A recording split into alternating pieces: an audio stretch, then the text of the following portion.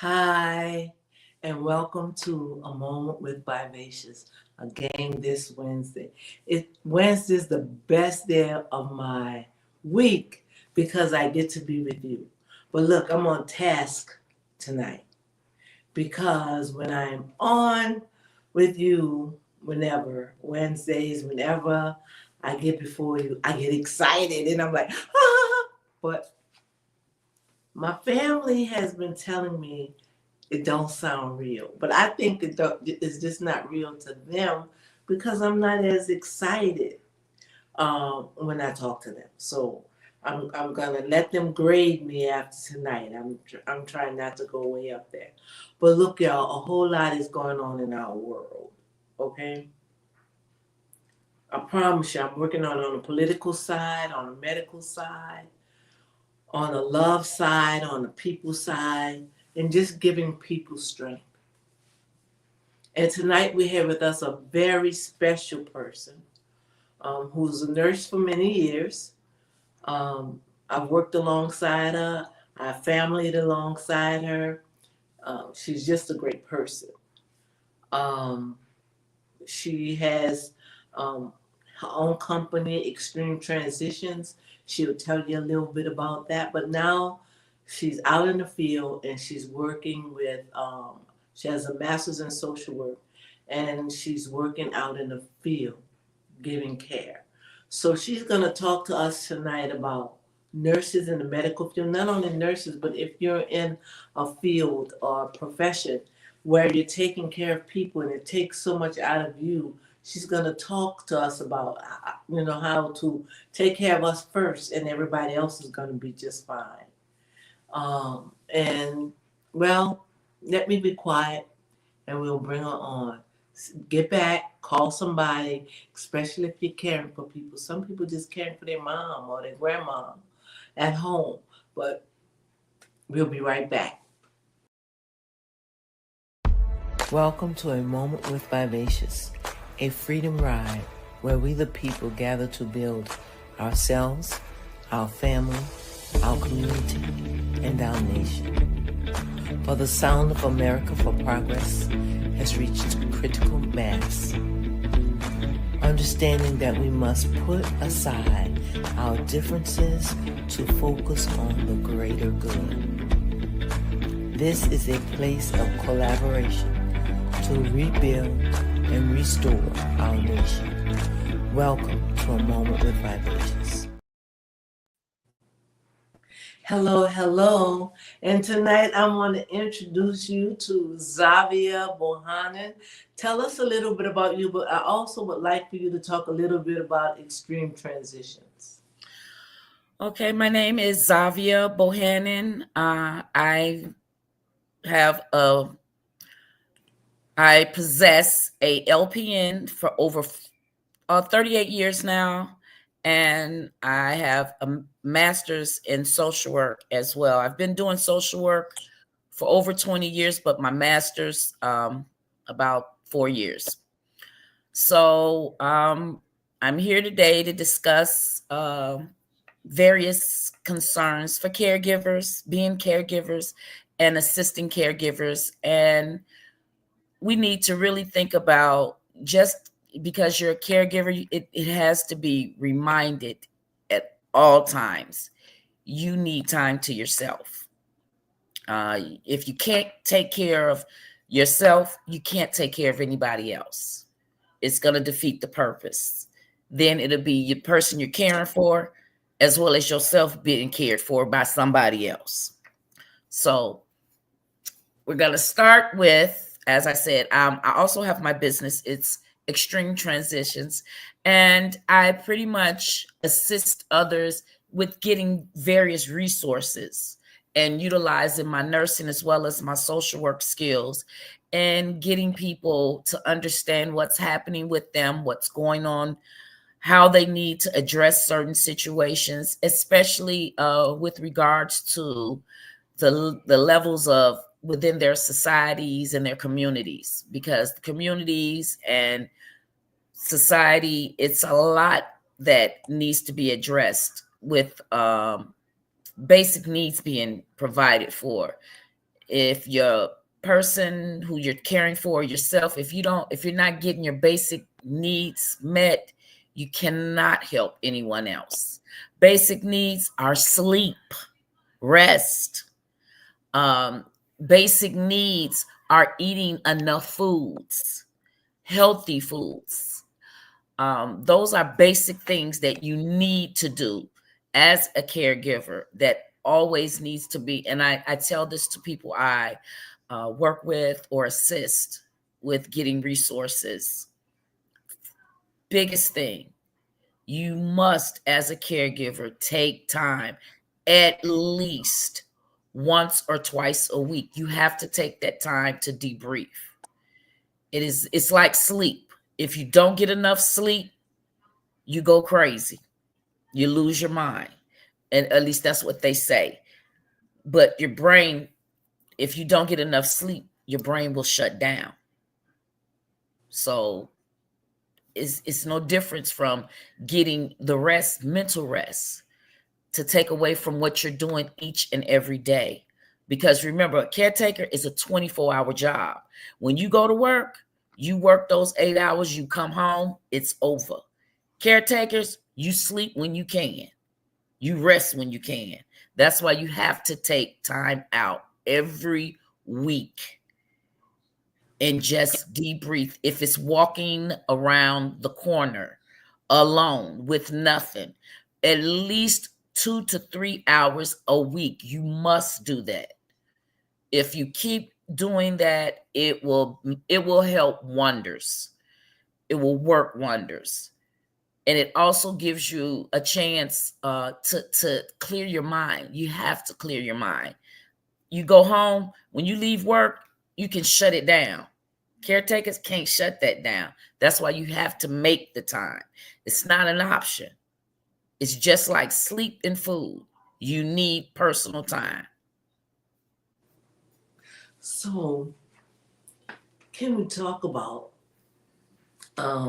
is there any help available for people who do have to work but yet have a special needs child, especially an adult special needs child? I run into that a lot in mental health, where they've graduated from school, so they're home all day, and that parent have to go to work. Some people, some can stay home by themselves, but some it's a struggle for family to work and take care of an elderly parent or a child at home. Is there anything available for people um, to help them in the home? Well, there is here in Georgia, we have there are three things you can do. One, well, in the one, I'll tell you the one that's nationally in the United States. Uh, United Way is an excellent place to call, to contact when you need resources as far as mental health and things like that. United Way, and those are nonprofits. It's a nonprofit, so it can assist with finding something affordable. Okay, Each so they would. county, excuse I me. have a friend um, whose mate has become disabled, and some days they can't sit up by themselves. But she have to trust God and go to work, um, and come back. Sometimes she have her sister there, but if she called the United Way, um, like, do she have to pay? How does that work? Some with United Way is nonprofit, so a lot of their resources are resources that people that can't afford, or they have sliding scales. Another big resource is For caregivers, it's called Empower Line. Empower Line, and you can look it up. It's you can do it online, and I have a phone number because I don't like being online. Sometimes I prefer a person instead of playing with an inanimate object. Some people are like me, but there's a phone number that could assist that's here in the Atlanta area. It's 404 463 3333. That is an excellent. If you go in there now, it is a treasure trove of information. You can be in there for hours. It has so much information, and it's also the information that a lot of county and state workers, when you're asking for referrals, they actually go in there and pull a lot of that out as well. So a lot of that caregiver information is in there, but I like a person. So And I think for some people, because good night, Kanisha, how are you? Thank you for joining us tonight. I like, because if it's a large volume of information, trying to swim through it might be hard for you to find what you need. You can actually look up caregiver, and it'll give you different variations of caregivers on different levels. Like somebody might need a personal care attendant, somebody to come in the house, and it can give you a list of personal care attendants. It can give you a list of facilities that do adult and adult daycare or different things like that. It gives you different information on different things for just caregivers. Go into there. It has so much information on other areas, but look into just caregiver, and then it'll give you, and you type in the topic of what you're looking for, mental health resources, and it'll pull up, different, it'll pull something directly that you can utilize.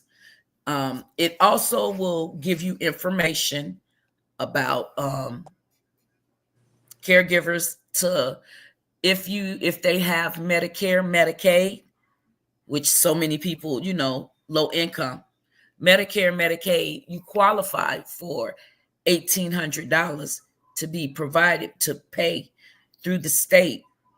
In most counties, it pays for to help you to take care of that, to be in a home and take care of your whoever the person is, whether it's your mother, a child.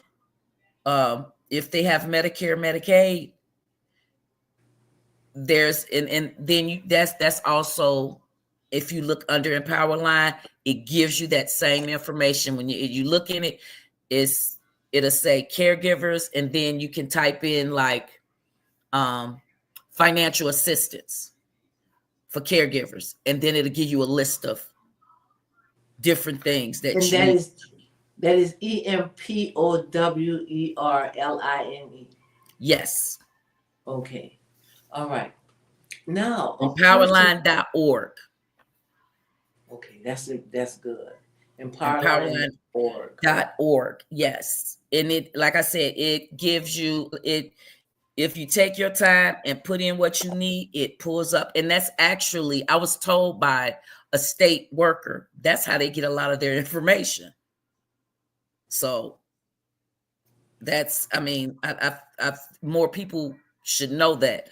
Also, for like an older person, they have Senior 911. So you would go on the internet and type out the word senior, SENIOR. 911. Mm-hmm. And that will get. So can you be just disabled, or you have to be a senior? That one is for senior specific. The Empower Line is it's just for caretakers. If you're a caretaker, it does. It has areas for children.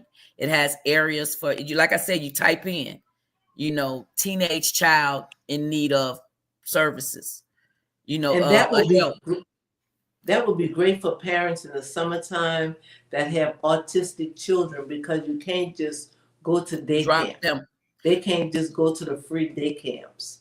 Right. So And you when you go in, it'll give you a resource, a specific person or a specific provider that can get you, so you're not just trying to figure it out, because nothing is more frustrating to go, because I'm one of those people. I do not like messing with a computer. So I take it that I treat people like I am. If I can avoid it, I will. And that's exactly what I do.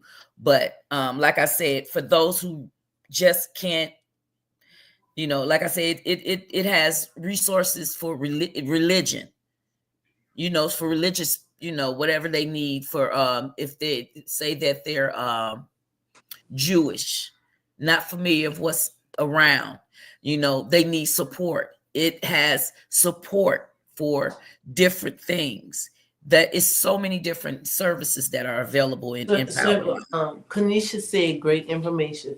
So if a person has become, like I have a friend that have multiple sclerosis now, and they're home and they can get around the house basically. She could probably do a little better, but her husband helps her. But um, so suppose she didn't have a husband. Is there help for people who have become not necessarily disabled, but not able, but dysfunctional? I don't Um, know if I'm helping you they need understand. a you need a personal care. Well, this is some things that a lot of people are not aware of. Okay. Like I said, the Empower line, it'll give you, I'm telling you, it's like the go-to. It's So if I almost was that person and I went on Empower Line, what could I find to help me? caregivers or assistance with care for people with multiple sclerosis. You can actually put that in, Mm-hmm. and it'll give you something. It'll give you, different numbers or specific providers. Some sections are more detailed than others, but you'll be able to ask a question, and they'll be able to, it'll give you some, you'll be able to know something. It's not like you're just gonna sit there and be like, I have no idea. It'll give you some information on something. Like with it, like I said, it does healthcare, um, legal help. It gives what it says is find a service provider. It's a free database for thousands of services in the region, from caregiving, financial assistance, healthcare, and legal help. That's all that's in there. I'm glad to know that because I have a friend who was in the accident and she was paralyzed, had to learn how to walk again. She walks now. Most of the time, she walks um, with her walker, unless she's walking very short distances. And it's a great accomplishment to make 300 steps in a day. That's a great accomplishment for her. So to know that there's a place that that she could get some help, like moving. Move. If she moves, she got to wait till one of us could get a day off. But it'll take her almost 5 years to unpack. But I'm so glad to know about that. Yeah, it is. I recently found out, like I said, I was calling for one of my clients, and I was speaking to one of their county workers, and she said, "You know what? You can go. I'm gonna tell you what we use. We use Empowerline for a lot of things that we look for." And I was like, "What is that?" And when she gave me that information, I was like, "Wow." She said, "That's a lot of our information that we use." She said that's where they get a lot of their information from, just right in that search engine.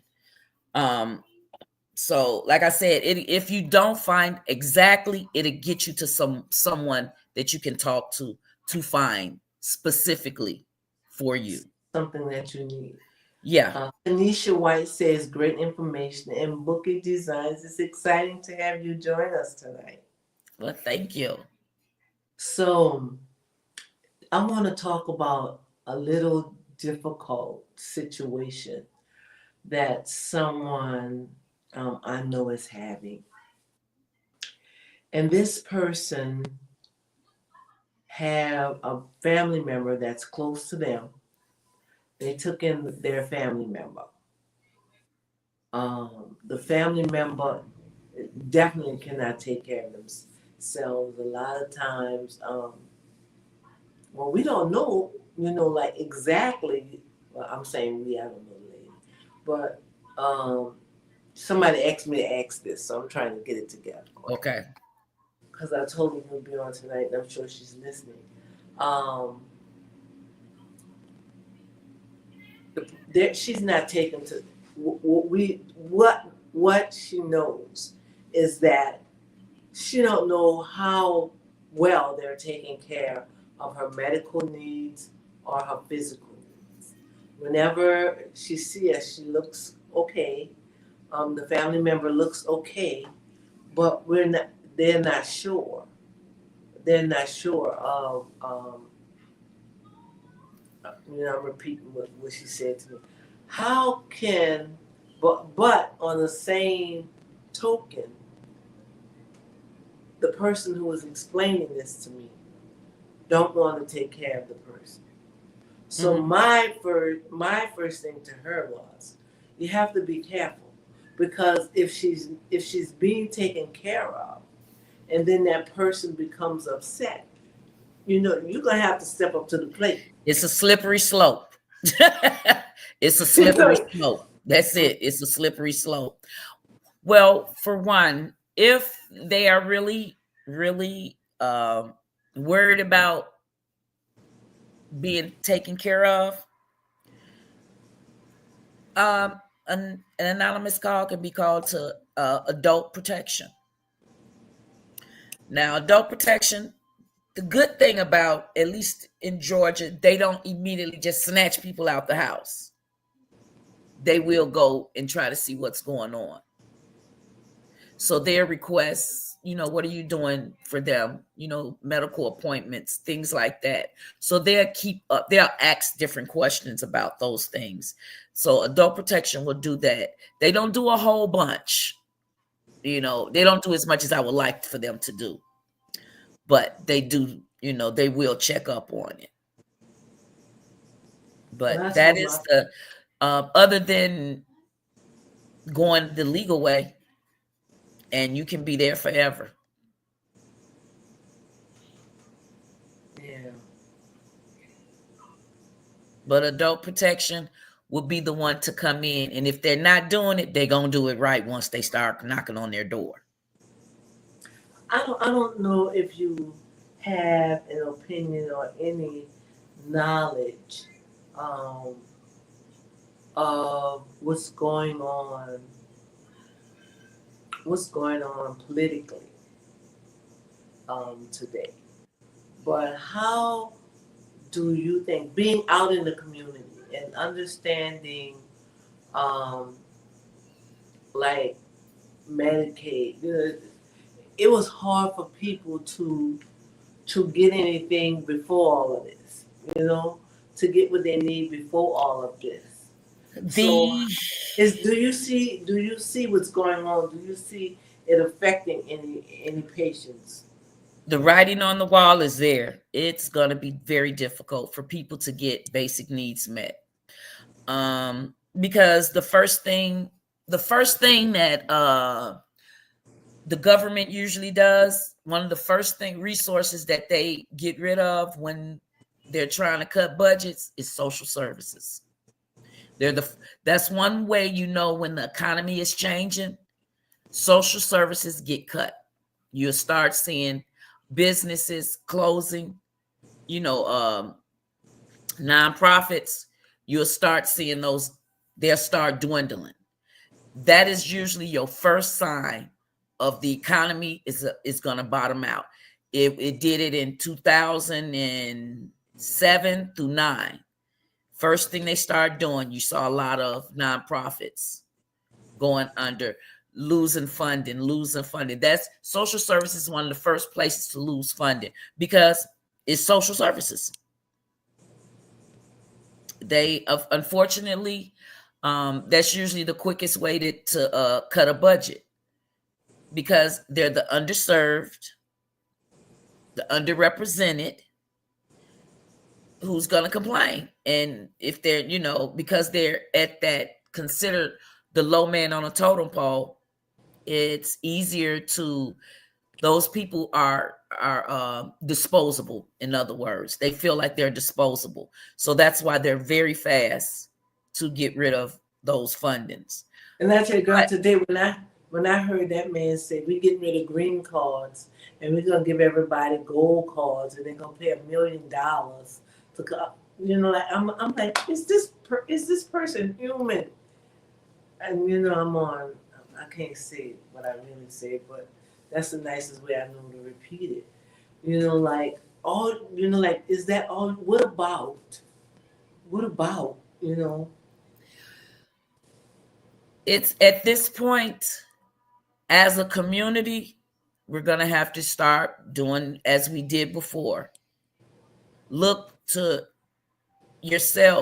ourselves, to main our own communities, because the funding, they're going to take it away as much as possible. It's going to go back to how it was before we had access to any of those services. And unfortunately, that's what it's coming down to. We're going to have to assist our people within our communities that we can help. Those that we cannot help, we should be working towards, like some of the agencies, like the county right now. One of our biggest issues is mental health. Yes. Our mental health is just, but a lot of people are not aware. There are a lot of places in each county that you get, they provide free mental health. Right. Crisis units. I work in one.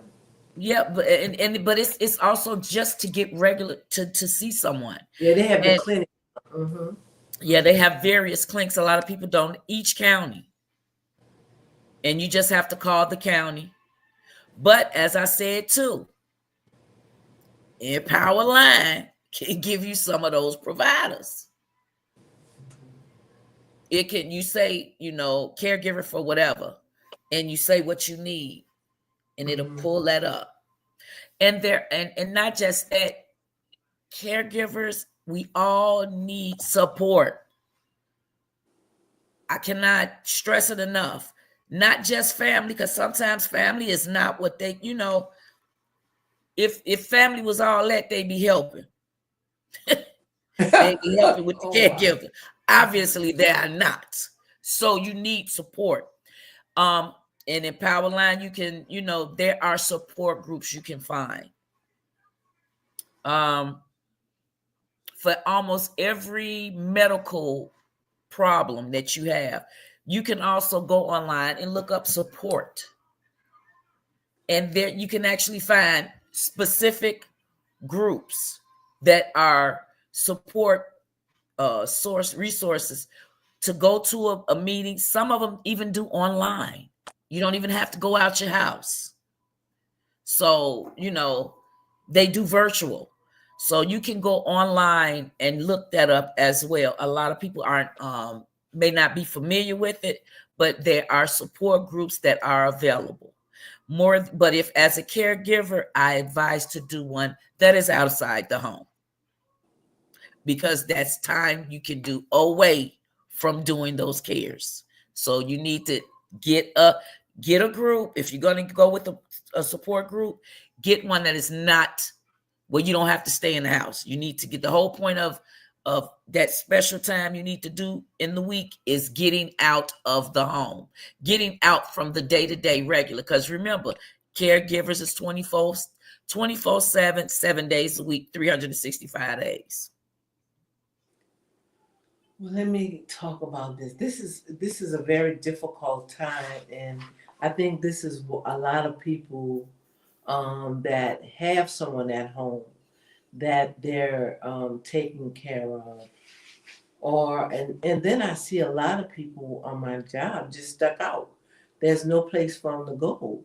You know, they're homeless. They've aged out of they've aged out of child. What Foster did you care. foster care? They have aged out of foster care, and it's just nowhere for people to go. And my girlfriend have a personal care home, a friend of mine, and I said, "What are you gonna do when this man pull all of Social Security, all of the Medicaid? These people won't have money, and this is why we have to fight back so hard." So if you have 6 people in your personal care home, you can't just put them out on the sidewalk because now they don't have a check or you don't have means to take care of them. And what are some of the things, if there's anything, or if you're aware, that people in those situations can prepare for? How could they prepare at all, if at all? It's hard to say that, to prepare for what I'm saying, inevitable. But the biggest thing we can do is, like I said, start looking into other avenues of being able to transition. And in order to transition, you're going to have to put things in place, other avenues of getting income from not just the state or the government. And doing that, it unfortunately, we're gonna have to get real creative, very creative with finding other avenues of income, because we don't know how much it's gonna affect, but there are gonna be some serious, well, they're already cutting a lot of funding right now as we speak. So like I said, we're gonna have to come together as a community. And we need to advocate when things are going on. Who can advocate for you better than you can? We can't sit and just be quiet. We're going to have to advocate, which I have to get a lot more involved in what's happening as well, to try to offset. We're not going to sit back and just allow this. This is still the place we live and we pay taxes in, and we need to be getting something back from that. So we're going to have to get more. We all need to be more involved in what's happening around us. The more aware you are, and as a matter of fact, the best thing you can do is become more aware. Be aware of what's happening, what's going on within your county, your state. Those are very important things. And you don't necessarily have to go out your house. There are things you can do. And like I said, we got to be more aware of what's happening, because if you don't know what's going on, how can you say anything about if you don't know anything about it? If you have no idea what's about to happen right here across the street and you right there, you can't change anything on any other level. It has to start community level and going on up. Volunteer at some of these places so these places don't shut down, because they cutting funding. A lot of people who have are still trying to help, and that's what we're going to have to do. We're going to have to start, pull up the bootstraps and get involved in our communities. That's going to be the biggest And the most important thing, becoming more involved in your communities. Be that voice in your community so we can change that. That's gonna be the biggest and our greatest thing, because we're safety in numbers. The more people that are not, because the more people that are pushing it, you can only do so much. So, and with them being limited, if the more and more the more people that come together and demand things, you can't ignore it forever. It has to be addressed. Thank you for that. And I'm gonna take a step back if I can. I want to talk about advocating. I have seen times where, I'm working in mental health now.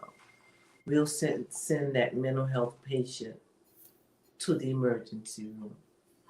Or even when I worked corrections for all of those years, we would send people from corrections to the hospital. And I thought, it's just awful they send the patients back and don't do nothing. But now I'm seeing that even more so with people leaving from home. And it's all about money. It has become such a business. Everything is big business. Assembly line. Yeah, It's like assembly they're line. gonna ask these questions. Everybody can't fit in that. Dealing with people. I'm gonna go into way my opinion as a nurse, but how can people, even people who don't know, how do we, we sent like the lady that kept bringing her child back. They say sore throat, strep throat. The baby ended up dying of sepsis. And she kept bringing the baby back. She brought the baby to the doctor's office. The doctor gave him a little medicine, sent him back because from the place where we used to work that we can't call that name. It was Yes. 20 minutes. You could walk and die and you get 20 minutes. That's it for the visit. Um, Talk a little bit about advocating and as far as healthcare is concerned, and how do we advocate for our patient? The biggest way, well, I advocate for, right now, I'm dealing with people that cannot. I'm their only voice for the most part. Um and what I do, well, I'm assisting the family.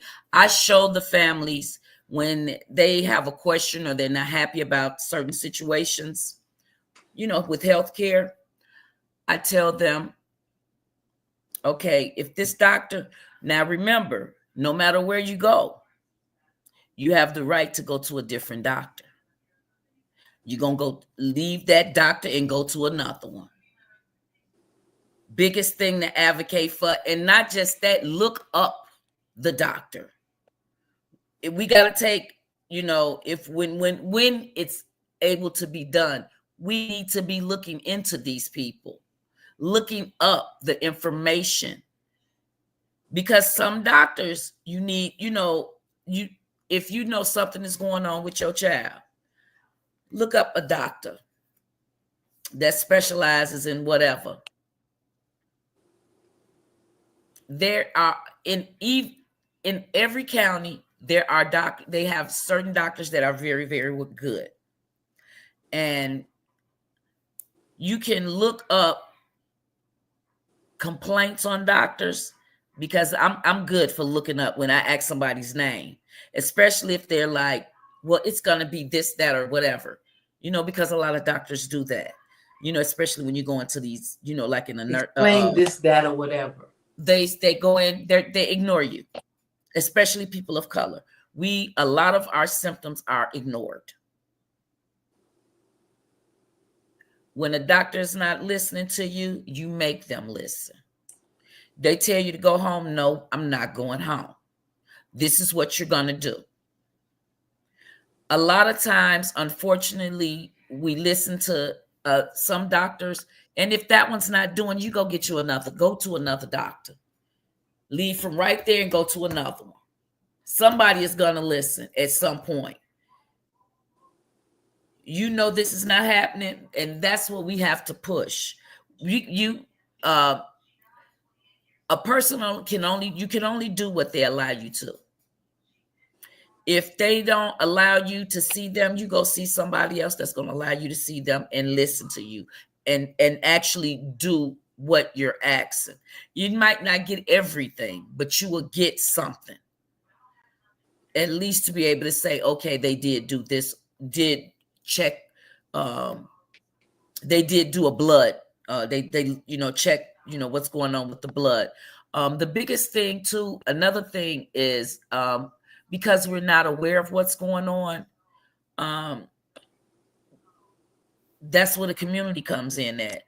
Trying to have somebody networking or talking with someone who has an idea of what's going on. It's always good to, like at a clinic, a free clinic that's within a community, because we're talking about, a lot of times it's about financial, everything is finances. Finding places, it takes time.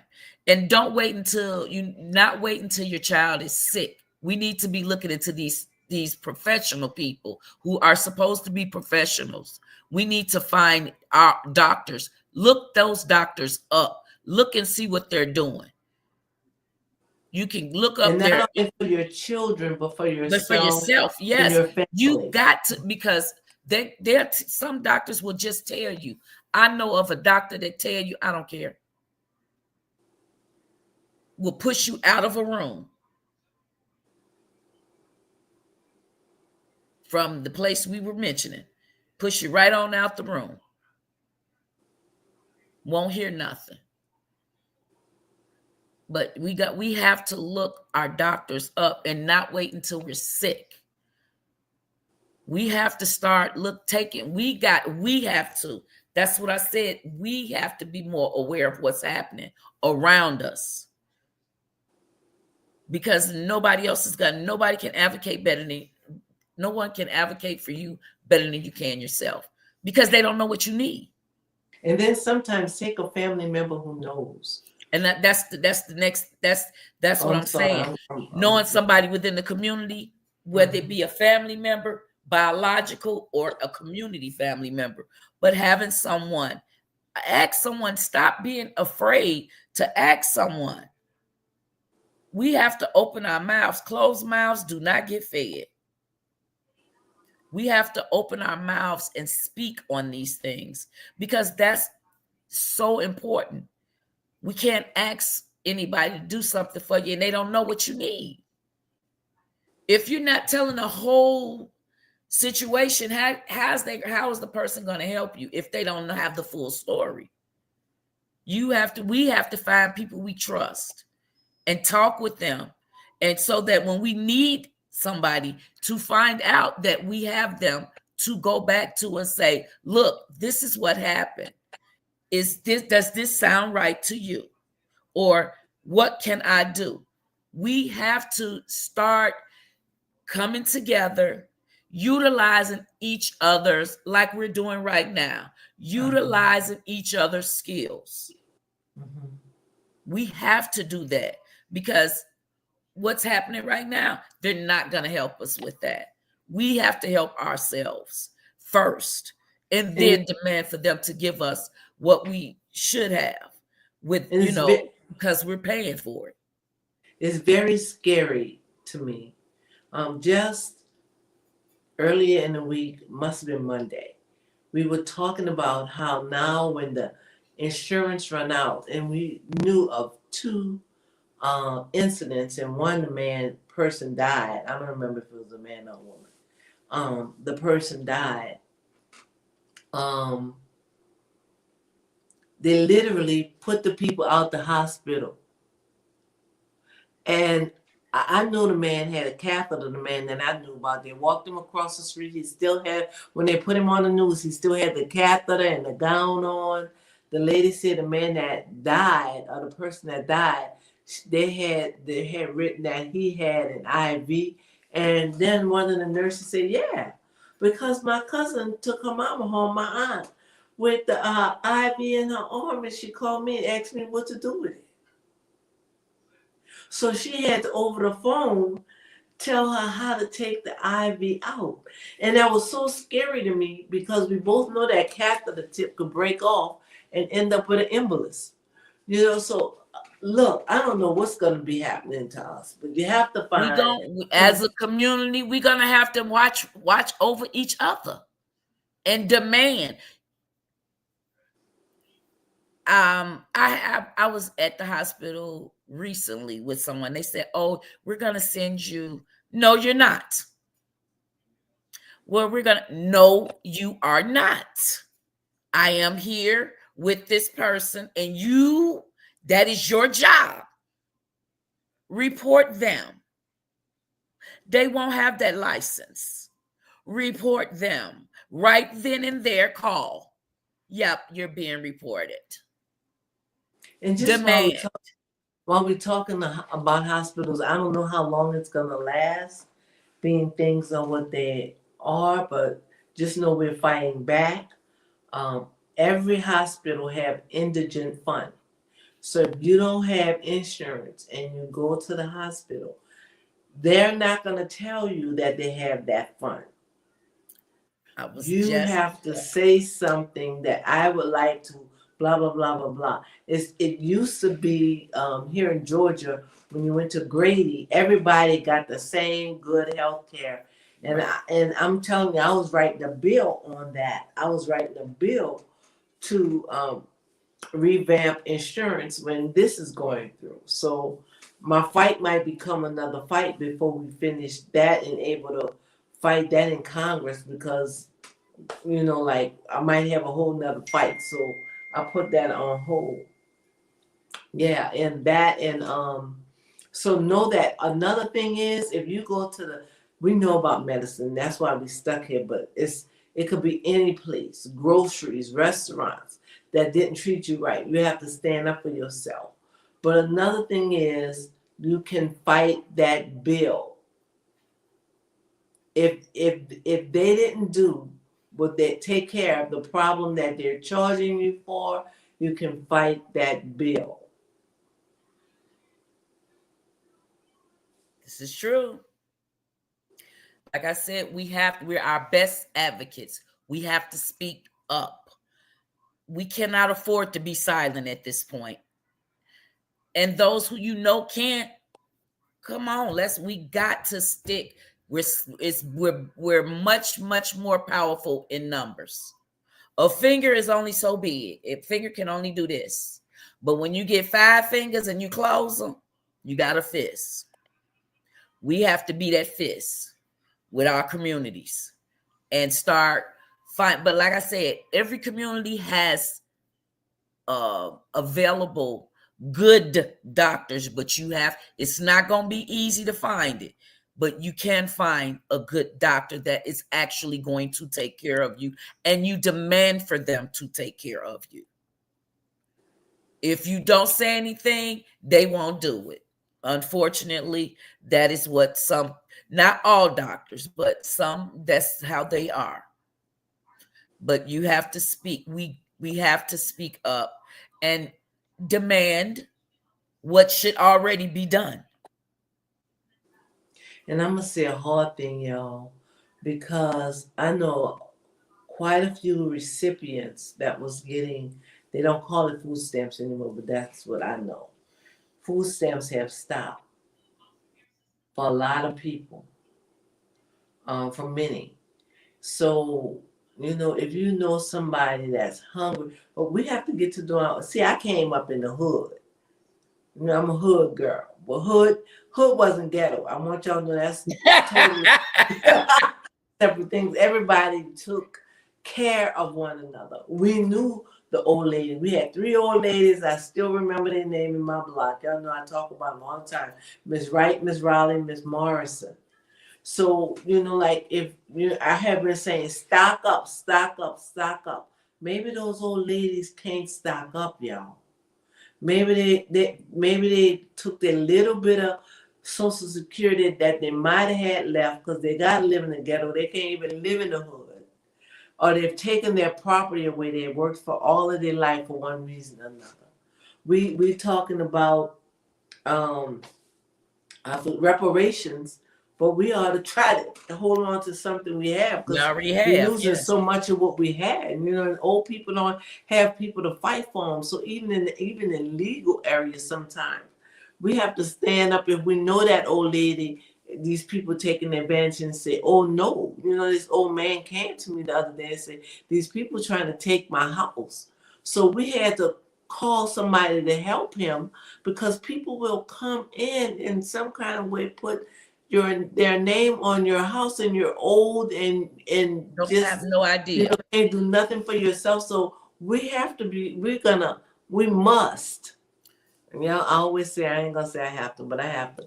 We have to get to know who is the old people and older people, the elderly in our neighborhood. They might need a meal. Are Yes. we gonna find them starved to death?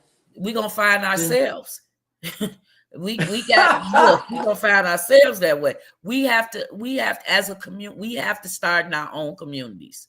We have to start. And Was this that is one. you're gonna have to go back and watch the video where we started gardens growing our food. Oh, and another thing, there are a lot of churches that are providing food shelves in areas that there are not a lot of people, not just in the city of Atlanta, but in these suburbs. There are a lot of that nobody's aware of. So look at the churches in your neighborhood, in your areas, and find out a lot of them have food pantries. And when I say they assist, because I do a lot of volunteering at several churches in Conyers, Covington, in city of Atlanta, in Athens, even schools. There are other resources because it's not easy. Like you said, food stamps it's not like that anymore. But there are a lot, and they have meat and vegetables. And when I say vegetables, and they have to get rid of them. There are a And lot. so find them, even if you don't need it. There may Find it. be a disabled person near you, or an elderly person near you that you can bring the food to them. Yes, and you can pick it up for them. It's so Yes. there are so many, like one in particular. I was just at one last week, and it's for people who are homeless, right off of Industrial Boulevard. Oh yeah. Yeah. It's a church right over there, right when you get off at the Mhm. exit, the first left. On every Saturday, it's right on the left on Fulton Industrial Boulevard. You make a right and you go over. People that are in that area, or they give out food every Saturday, and and they do it in small things. And they ask you, do you have a stove or do you only have a microwave? So they account for those people who don't have that. That's the area. If you know somebody that's homeless, or they're in between, that's something you can tell some people about. That's every Saturday. You will see the people walking over there. um Emmanuel and Conyers, every Saturday. Emmanuel Church, every Saturday. It's it's so many churches doing great things that you might not know about. Look it up and let people in your community know, or pick it up for them. And they don't have a problem with allowing you to pick things up, but they have lots of fresh vegetables, fresh food, and the vegetables have to be given out. It's not like it can sit and wait, but they give out so much. And they do big families, small families. They do it all. So it's like I said, those are just other resources. Please take advantage of, or help someone else. But we got to take accountability for our community. We got to help those within our community. and then push on our community onto this, like I said, our communities, our counties, our state, and government, one step at a time. And they're elderly, that right now there's funds where people come in and bathe them and take care of their houses. You know, we're gonna have to look out for these people. Or we may have a lady that have a child that's disabled and a mate that's disabled, and just to tell her to go out for a little while. You know, I'll sit with your Two, family. three You know, hours, 2, 3 hours. It work wonders. Come back feeling so much better.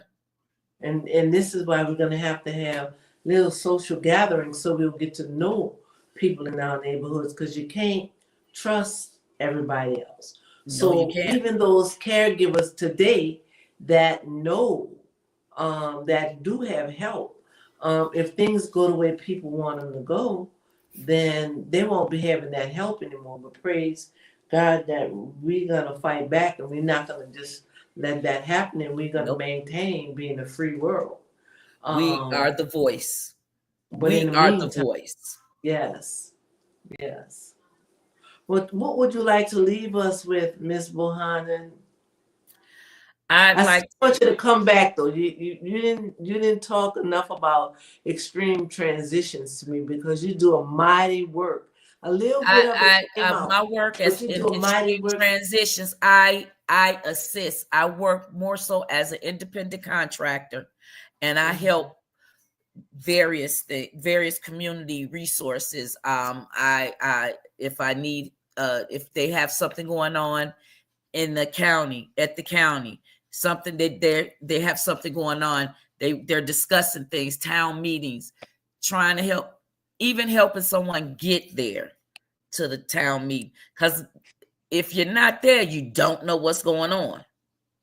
So we have to be And there. helping teenage girls and troubled youth. And we want to talk about all that because people need you, girl. Well, hey, I'm going to be here. I'm not going nowhere. This is my love language, caregiver.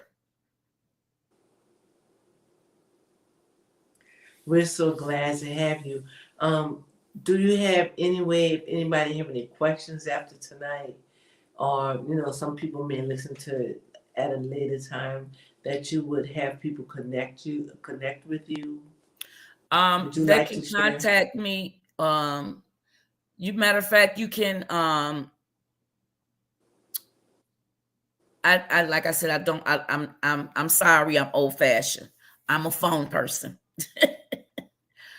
Please call me at 651-246-9638.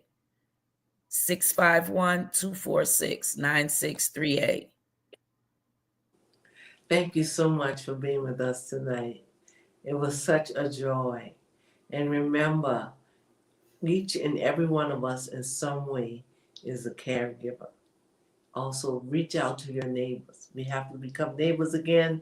Reach out to your neighbors. Yes. We need one another. We are each other's voice. Thank you very much. See you next week. Let me say it's going to be pre-recorded because we have a big statewide rally next week, and I'm going to be out media at the rally. So we'll have a pre-recorded show. Thank you. Thank you for having me.